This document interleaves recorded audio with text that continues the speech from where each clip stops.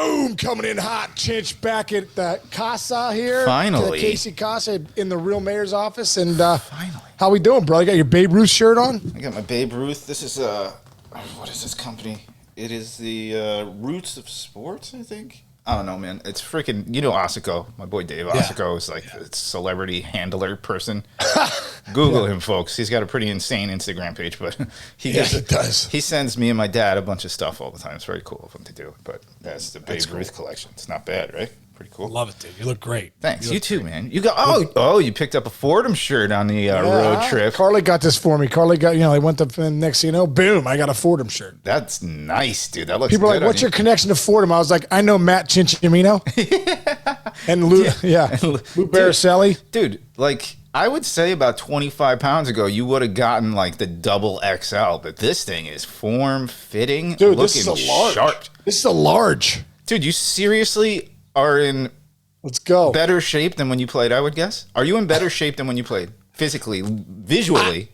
Well, here's the deal with that. Okay. I'm probably in better shape, like visually, but like, dude, I was so much stronger when I played. Like, right. I looked big. I was never like sloppy. I wasn't fat. No, I mean, you were jacked. Still, I was always pretty jacked, but I was big jacked. You know that guy, the guy that eats a lot, but yet I was throwing up. When I was really in my prime, I was benching 350. I was dead. I was leg pressing 850. It was like stupid, ridiculous stuff. Yeah. If I got on the leg press right now with 200 pounds, it would come through my body. It would engulf me. Yeah. And if I put 350 pounds on the bar, there's no chance. I could never. So I was so much stronger.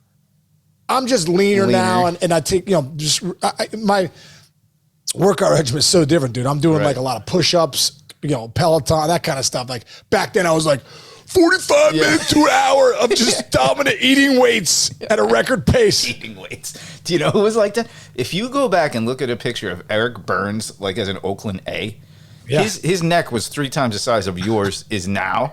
And now if you look at that dude, he's like a freaking spider, dude. He's just he might be the most shredded person I've ever been in my life. He is so shredded and lean and jacked, and it's ridiculous. Yeah, he's got no toenails though because he runs all the time. That's disgusting. Well, dude, when you run 8,000 miles a week, your toenails fall off. I don't think running that much is very healthy for you. I really don't. I don't think so. I know. For me, dude, like I take a walk every. I walk. Yeah, I do 10,000 steps every day, and when I sometimes will sprint the mailboxes, but not like Eric Burns sprint. Like, just makes it easy sprint. Get your knees up.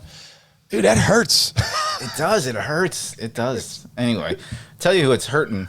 Baseballs are hurting from Shohei. We're starting with the Shohei minute because he had another freaking home run, bro. I'm sorry. I can't stop. Like, I know we talk about him every day, but I don't care. And here's my first question to you. I thought about this last night about the show today. More exciting,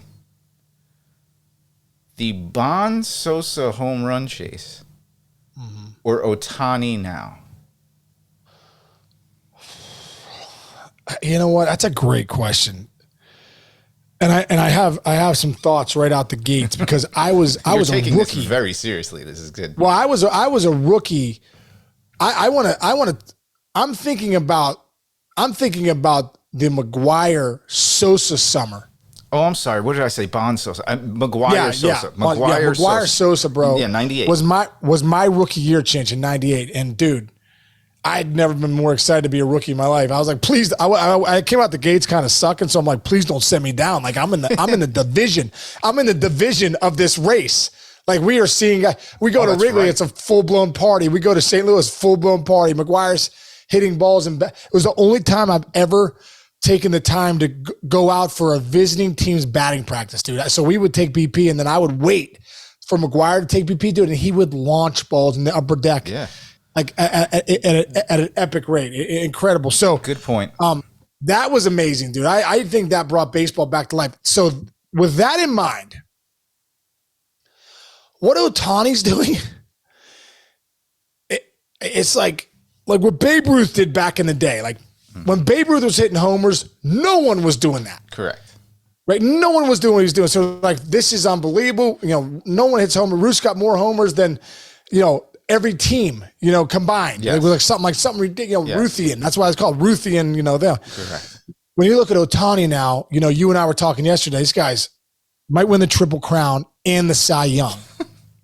So, like, this is now becoming a Ruthian thing. This is now becoming a home run chase that we've never seen before, but it's one guy doing it. It's not, not really it's really a chase of numbers, a chase of greatness. Really what it is. It's the Ohtani's chase to greatness, to the unicorn, to a place we've never, a place no man has ever taken baseball. Seriously. You're right. Yes. He is reinventing the excitement of baseball to a degree that we haven't seen before. The question is, are you going to start seeing kids try to do this? And do you think any of them can? Like, I think he's so special. Like, I don't think this is like a repeatable thing.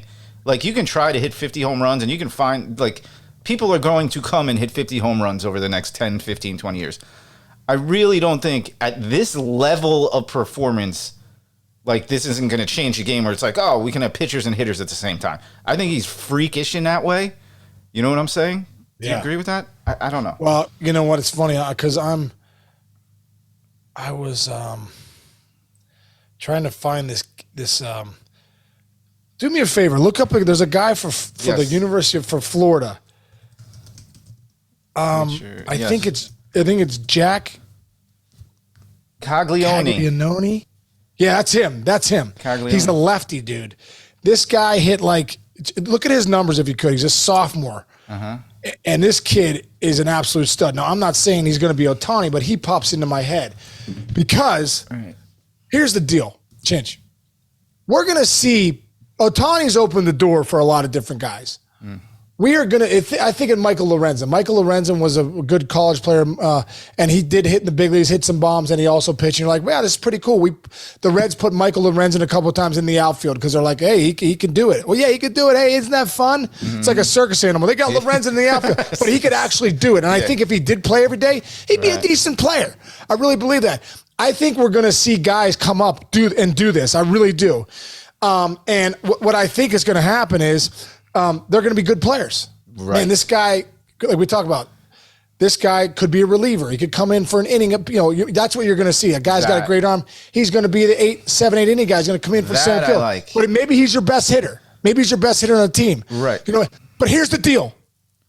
This guy's the best player in baseball, hitting and pitching. I know. It's like these guys might be good. You can't name 5 guys that you would put on a mound ahead of him. I don't think you can name 3 guys that you would put on a mound ahead of him in a big game. Well, that's what I'm saying. The WBC. Oh, no. I mean, he's the guy you probably would put on the mound. This guy's the best in the business. So will we see other guys do it? Yes. Will we see it at this level? No. It just turns out the first guy we're seeing do it is the best player in baseball as a hitter and a pitcher. Yeah. We're going to see other guys do this, but not be the best players in the game. Right. And everybody would say, I really do think, the thing that makes it extra special is how good of a pitcher he is. Because you look at, all right, remember, we got really excited Madison Bumgarner would hit a lot of bombs because the guy did have power and he did have a nice enough swing, right? Right. But if he played every day, can't say with confidence that he would have been as good of a pitcher as he was. The fact that this guy has whatever regimen he has, and you talk about it, like how hard it is to just be a hitter in Major League Baseball. How hard is it to just be a start? Forget about, like you said, I think a reliever, 8th inning guy maybe. Right. Pitch every 3 or 4 days in a big spot. Has a good arm, max effort, Yeah, max effort, and then, hey, shut it down for a few days. We'll see you in a week, maybe, Right. This dude is throwing 7, 8, 9 innings.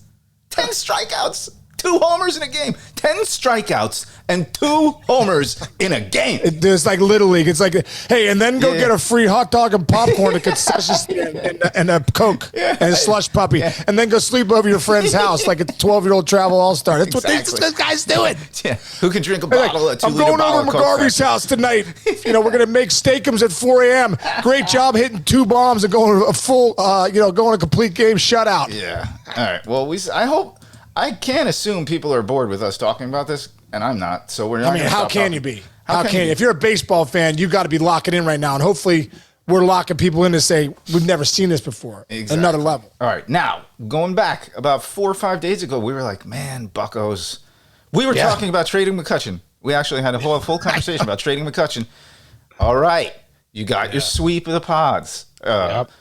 You seem back on track. Now that can they sustain a winning percentage without being as streaky as they have been this year? That's a question. That's the $1 million question, dude. Like you can't live in this league going losing 6, losing 8 to 10, then winning 3 in a row, then losing 3, and you got to keep it at somewhere 6-4, 6-4, hit a run, 6-4, 6-4, hit a run. You know what I mean? So like, I think one of the good things about the Buccos is in that division, nobody's out of it. McCutchen made a comment the other day that he wants to win here. And I think it's almost like a little jolt of energy, like Ellie De La Cruz and those guys for the Reds did when they brought up Henry Davis about 10 days ago. For the Pirates, their number one prospect. And he's come up as a 7-game hitting streak, had the game-winning hit last night to make it 5-4, had 3 hits. You know, he's like just like a winning player. You can feel it when he's in there. When he got after his first knock, Chance, they lost. And they said, hey, how do you feel about your first knock? And he's like, well, it would have been nice to win. I love that. So I love that. So like, that's a good feeling. And winning players, when they drafted him first overall a couple years ago, man, this is a winning guy. So, dude, seeing the young guys come up is good. Nick Gonzalez, another one of their top prospects, hit his first home run the other day, dead center. So they're kind of doing what the Reds are doing a little bit, like bringing these guys up, hoping they'll put a jolt of energy in, and they have. Yeah, it's a great point. I can't even add to that. Great stuff. That's good. That's why you're the best in the business, man. Yeah, hey, you know it. So you wanted to talk about another team, but I'm looking at standings right now. And I kind of want to pool this all together. Who you wanted to talk about was a veteran team. That's the Astros. But I'm also going to add to this conversation the Blue Jays and the Yankees. Because in both of those divisions, the Rays and the Rangers boat raced the first quarter of the season. They boat raced it. Yeah. So we've been sitting here, and I'm looking right now. It's like, the Yankees are 9.5 games out. Blue Jays are 10 out. Astros are 5 out. Well, guess what? The Rangers are 49-32. I don't know if that's sustainable. The Rays are 56-28. It's kind of impossible for that to be sustainable. Now, granted, give them credit. They are probably the 2 best teams right now in the American League. Right. But you look at these teams that we've been sitting there going, it's finally, they're turning a page. It's not the same. The Yankees are 9 games over 500, Sean. The Blue Jays are 8 games over 500, and the Astros now are 7 games over 500. So it's not like the sky, it feels like the sky is falling. All 3 of those teams would have huge leads in the AL Central right now. All 3 of them, you'd be like, oh, here they come again, you know? Yeah. So what's your take? Yeah. Start with, you want to talk Astros, so go Astros. No, but I think the Astros are a team, like, we don't talk about them much because they keep winning. Yeah, ho-hum, they just keep winning, you know? And it turns out they got really good pitching. You know, they got a lot of good players in that team. So they're sitting at 44-37, 5 back of the Rangers. Now, the Rangers are really good. They're not going anywhere. But are they 49-32? And we're exactly 81 games in now. Right. We're at the halfway point. So there's another half of the season. That's the great thing about baseball, dude. It's a marathon, not a sprint. You got to do it for 162. Mm-hmm. That's the mentality of all these guys. Hey, listen, it's 2 halves to every season. So I think the Astros are going to make the run they need to make. Now, the Angels, I must admit, dude, the Angels worry me a little bit. They're 44-39. They've lost 2 in a row, but they're 6 back. And you feel like when we look at the Angels this year, we're like, boy, they're playing great. Right. But they're playing great. And they're 5 above 500. Right. And they're playing like perfect game. Some of their games are perfect. And Ohtani's doing what he's doing, and Trout's been pretty good. Right. You know what I mean? I'm saying, dude, he's still one of the best players in baseball, but for Trout standards, he's probably a little below Trout standards, but obviously still one of the best players in baseball. Yeah.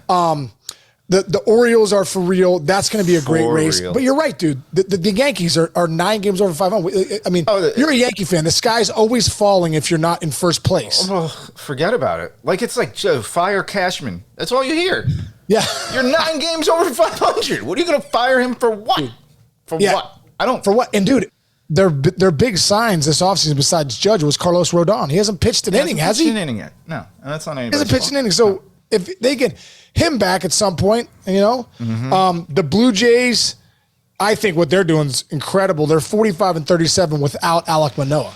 Their literally number one starter hasn't got sent down. So they're a good team too. They're fun to watch. Yeah. Vlad Guerrero's getting hot at the right time too. Yeah. But it's, dude, like I said, we start off with the Astros because to basically say they're a scary team for me because they're sitting at 44-37 and we've never really blown them up this year to be like, man, they're on fire. They're the best team in baseball. Well, they're the kind of team that could really make a run on you and make it in a hurry. So they're a sleeping giant right now. The Astros are sitting at second place, 5 back, but they're a sleeping giant. This makes me think, going back to our conversation the other day about who should try to go after Scherzer, man, I think the Astros and the Angels should just be in a gunfight for him. Yeah. In a gunfight for him. Yeah. Anyway, all right, you got to run, dude. We got a lot of stuff going on. You got a big weekend. Hey, 4th of July weekend, everybody. We love you. Yeah.